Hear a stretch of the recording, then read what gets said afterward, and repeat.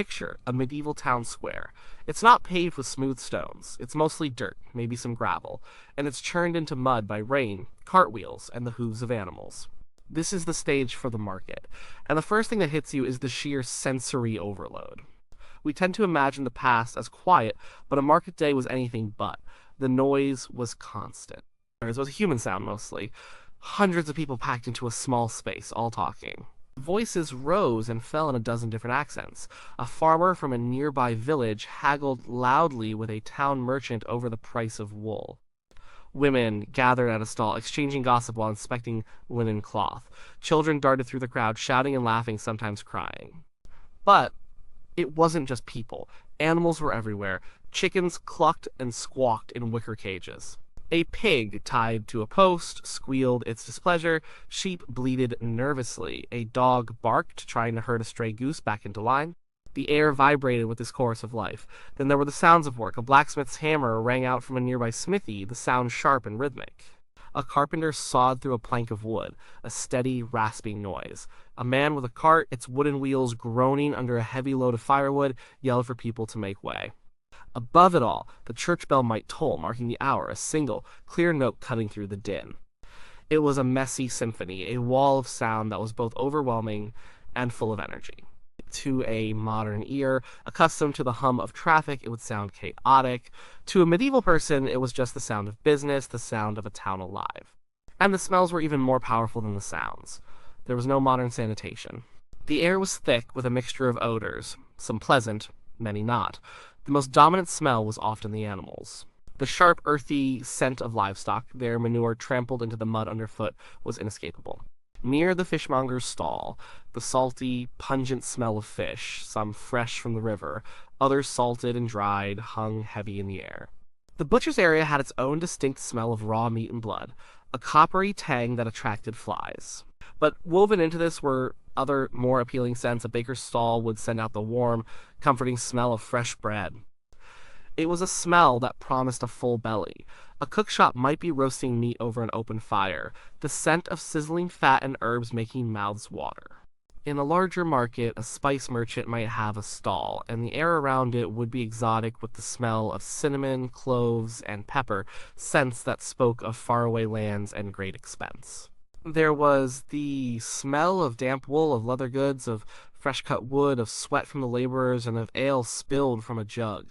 The visual scene was just as crowded. Stalls were makeshift things, often just a few wooden planks set on barrels. They were crammed together, creating narrow laneways for people to shuffle through. The goods for sale were a reflection of everyday life. You would see sacks of grain like wheat and barley, the foundation of everyone's diet.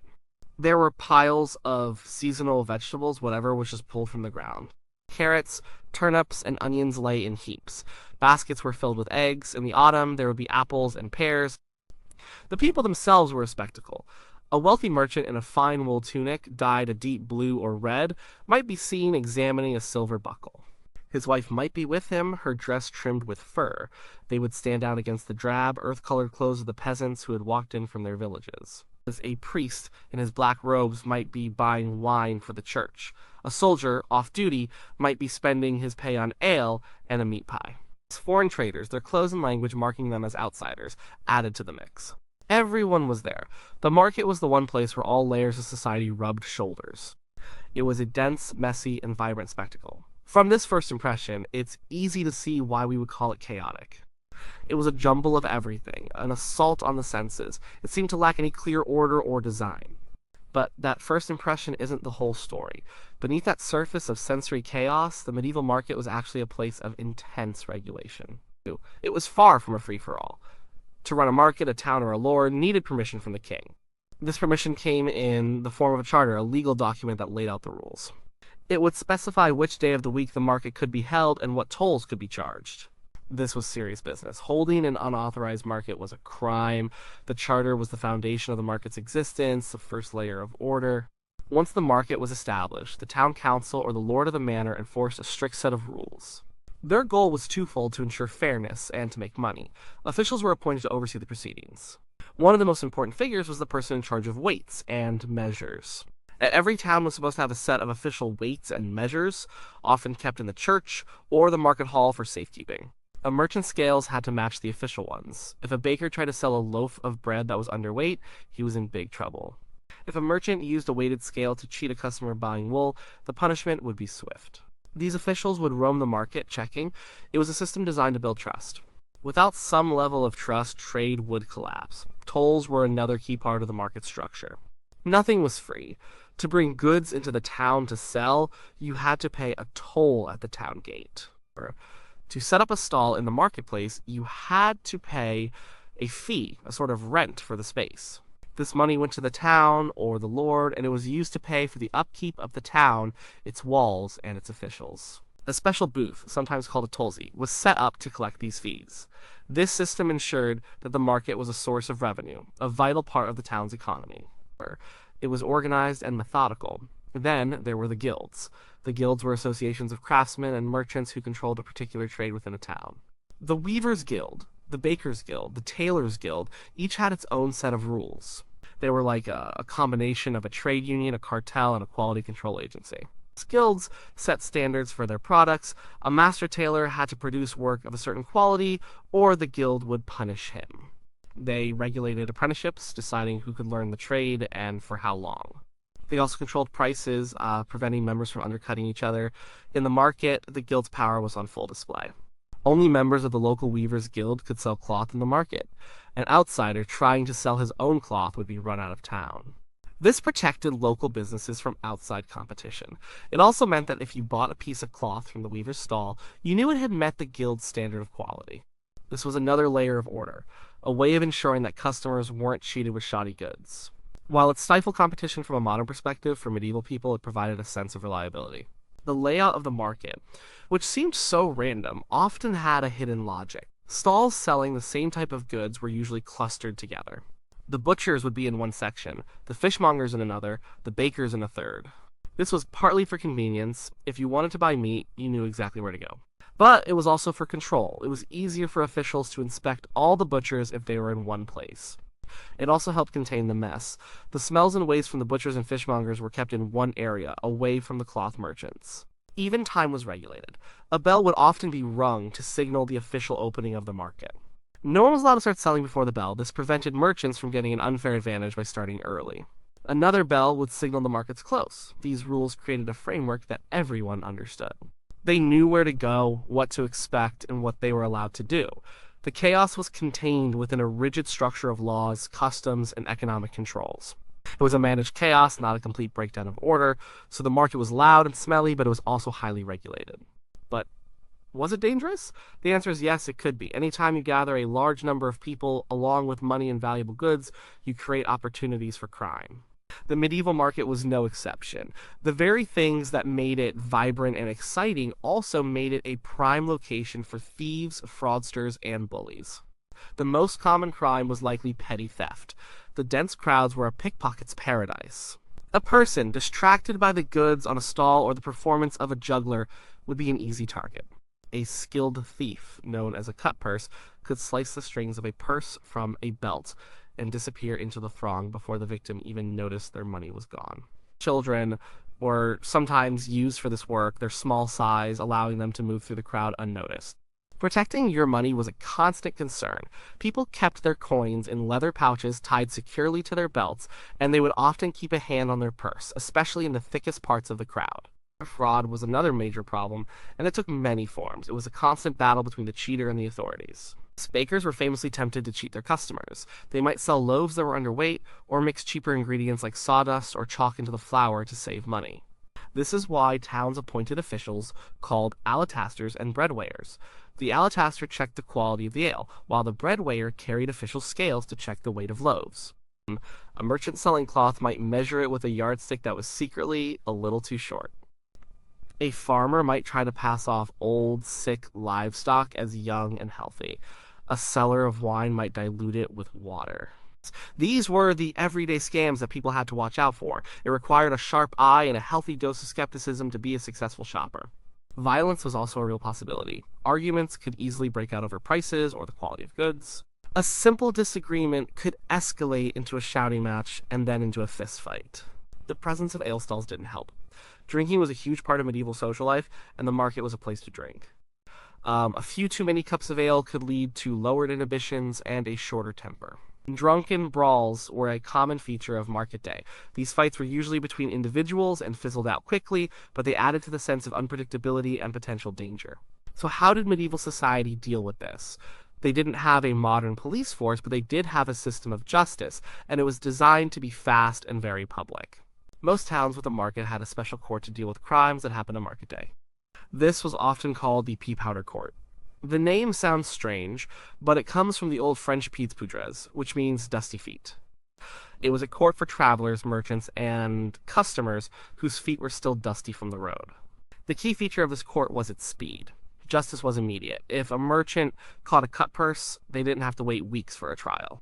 They would drag the accused before the court official, right there in the market. The witnesses would be called, and a verdict would be delivered on the spot. The goal was to resolve disputes quickly so that everyone could get back to business. The punishments were designed to be a deterrent, and they relied heavily on public humiliation. For a minor offense, like a baker selling a light loaf, the punishment might be to be put in the stocks or the pillory. These were wooden frames set up in the middle of the market square. The offender's head, hands, or feet would be locked into the frame, and they would be left there for hours. They were at the mercy of the public. People would mock them, insult them, and sometimes throw rotten vegetables or animal dung at them.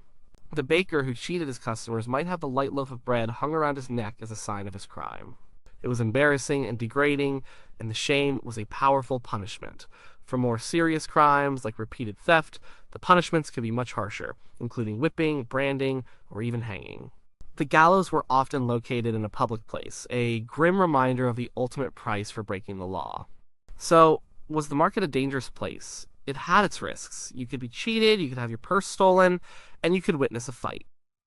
But it was also a place where authority was very visible. The officials, the court, and the public punishments were all part of the market experience. The danger was real, but it was also actively managed.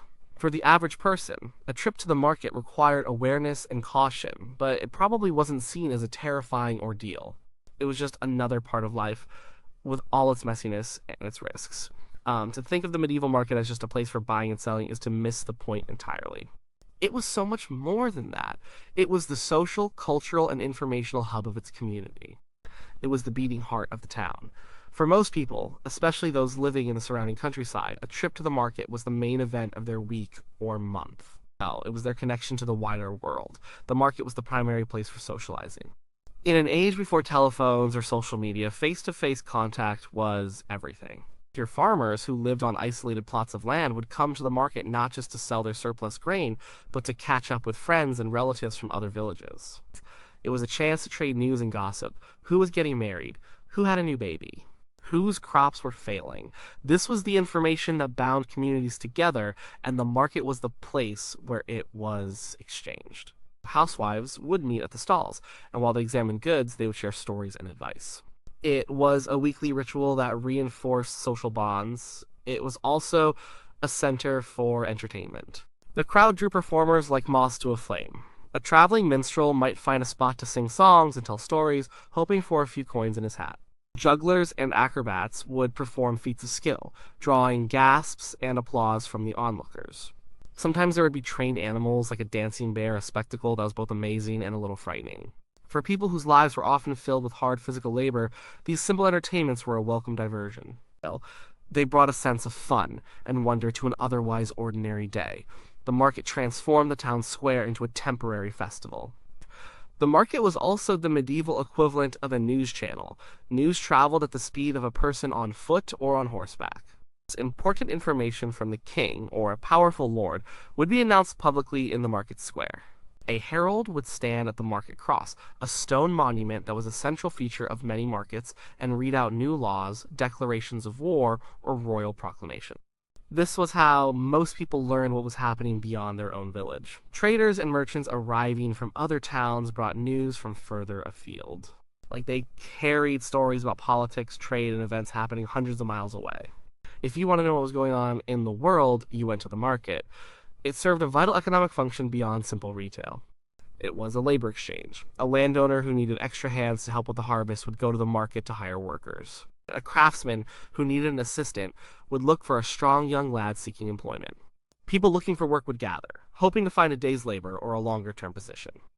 Major hiring fairs were often timed to coincide with important dates in the agricultural calendar, like Michaelmas in late September. Finally, the market was tied deeply to the religious and civic life of the town. Many markets were held on a Sunday, right after church, or were linked to a particular saint's day. These festival days would see the market swell to an even larger size. It became a place of celebration, not just commerce. Public justice, as we saw with the pillory and stocks, was performed in the market. It was a theater of morality and law, where the community witnessed the consequences of wrongdoing together. The market square was the stage for every important part of public life, from celebration to punishment, from commerce to communication.